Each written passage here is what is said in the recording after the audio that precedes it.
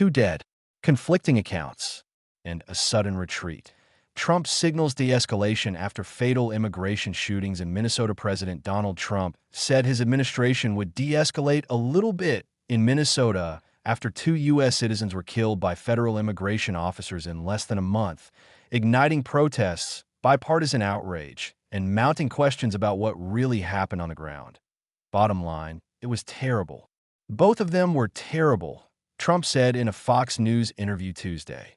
The comments came after the killing of Alex Pretti, an intensive care nurse at a veterans hospital who was shot dead by federal border agents during a stop over the weekend. His death followed the January shooting of 37-year-old Renee Good, also killed by an immigration officer. Together, the deaths have shaken Minnesota and now appear to be forcing a recalibration inside the Trump administration.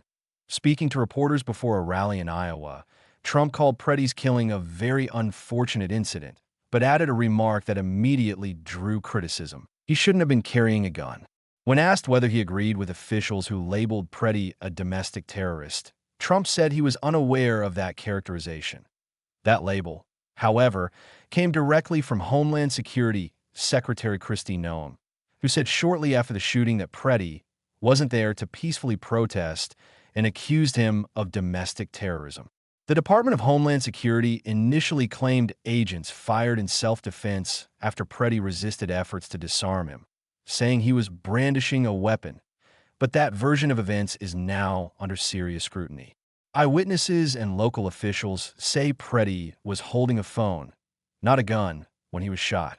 Authorities confirmed the firearm he legally owned had already been removed before shots were fired, but a preliminary Customs and Border Protection report obtained by CBS News appears to further undermine DHS's initial account.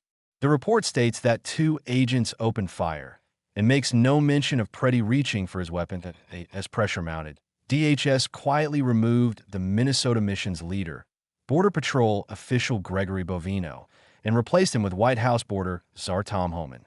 Homan confirmed Tuesday that he met with Minnesota Governor Tim Walz, Minneapolis Mayor Jacob Frey, and local law enforcement officials. Pretti's killing, coming just 2 weeks after Good's death, sparked fresh protests and renewed calls from state and city leaders for the administration to withdraw the 3,000 immigration officers deployed to the region. Trump, however, continued to defend the operation. "We took thousands of hardened criminals out of the state," he said, claiming Minnesota now had good crime numbers. Still, he acknowledged a shift was underway. "We're going to de-escalate." Behind the scenes, the White House is asking hard questions.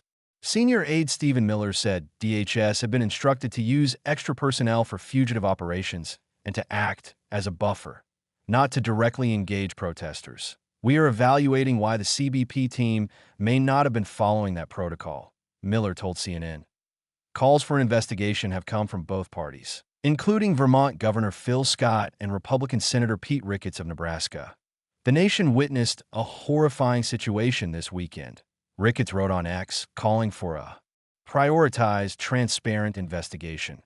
Even as he reaffirmed support for ICE funding, a federal judge has since ordered DHS to preserve all evidence, blocking any destruction or alteration of materials related to the case. At Katie's Iowa rally Tuesday night, Trump largely avoided the unfolding crisis, instead touting his broader immigration crackdown and citing a poll suggesting strong public support for deporting undocumented immigrants convicted of crimes.